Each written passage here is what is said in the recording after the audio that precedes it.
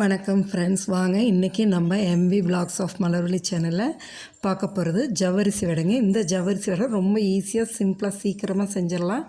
School விட்டு வர்ற குழந்தைங்களுக்கு ஈவினிங் நம்ம சீக்கிரமாக ஒரு ஹெல்த்தியான ஒரு ஸ்நாக்ஸ் செஞ்சு கொடுக்கலாம். எப்படி செய்யலாம்னு சொல்லி நம்ம வீடியோக்குள்ளே போய் பார்க்கலாம் வாங்க.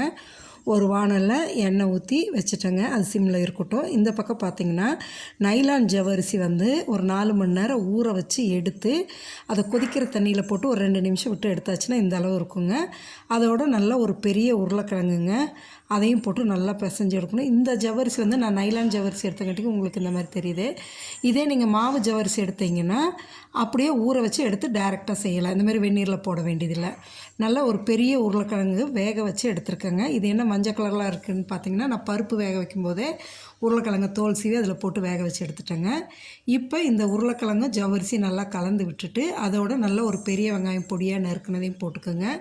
நல்லா கருவேப்பிலை கொத்தமல்லி நிறையா நறுக்கி போட்டுக்குங்க. ஒரு 2 பச்சை மிளகாயும் பொடியாக நறுக்கி போட்டுக்குங்க. போட்டு இதெல்லாம் நல்லா ஈவனாக கலந்து எடுத்துருங்க. நல்லா கலந்து வரட்டும். பெரிய பவுலில் போட்டிருக்கணும், நான் ஒரு சின்ன கிணத்துல போட்டங்காட்டிக்கு கலந்து எடுக்க கொஞ்சம் கஷ்டமாக இருக்குது. பாருங்கள், அதுக்கு தேவையான அளவு உப்பு போட்டுட்டேங்க. காரத்துக்கு கார மிளகாத்தூள் வரமிளகாத்தூளுங்க 1 ஸ்பூன் போட்டுக்கிட்டேன். இதோட கார்ன்ஃப்ளவர் மாவு ஒரு 5-6 ஸ்பூன் போட்டுக்கலாங்க. போட்டு நல்லா கலந்துருங்க. கார்ன்ஃப்ளவர் மாவும் போட்டு நல்லா கலந்து பிசைஞ்சு எடுத்துகிட்டு கையில் எண்ணெயோ தண்ணியோ தொட்டுக்கலாம், எதையாவது தொட்டுட்டு அப்படியே இந்தமாரி உருண்டையாக உருட்டி தட்டி போட்டு எடுத்துருங்க. இப்போ எண்ணெய் நல்லா காஞ்சிருக்கணுங்க. காஞ்சதுக்கப்புறமா போடும்போது மீடியம் ஃப்ளேமில் வச்சுருங்க. அப்போ தான் நல்லா மேலேயும் நல்லா வெந்து வரும், உள்ளாரையும் நல்லா வெந்து வரும். ஃபுல் ஃப்ளேம் வச்சுட்டோன்னா மேலே வெந்த மாதிரி இருக்கும், உள்ளார வேகாமல் இருக்கும்.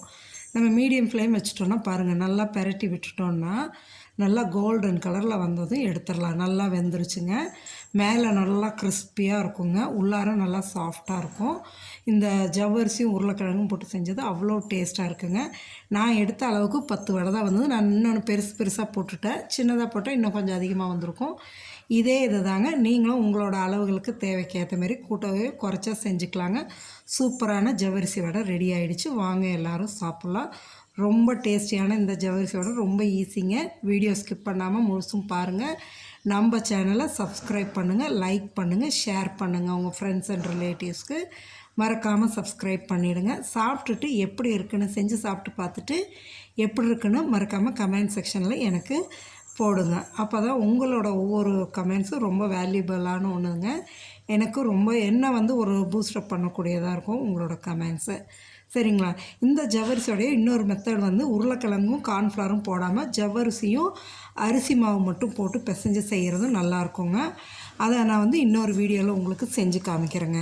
உருளைக்கிழங்கும் சில பேர் சாப்பிட மாட்டாங்க, அதனால் அந்த உருளைக்கிழங்கை நிப்பாட்டிட்டு இந்த கார்ன்ஃப்ளவரையும் போடாமல் அரிசி மாவும் ஜவ்வரிசி மட்டும் வச்சு செய்கிறதுங்க. அது அடுத்த வீடியோவில் காமிக்கிறேன். Okay friends, thank you.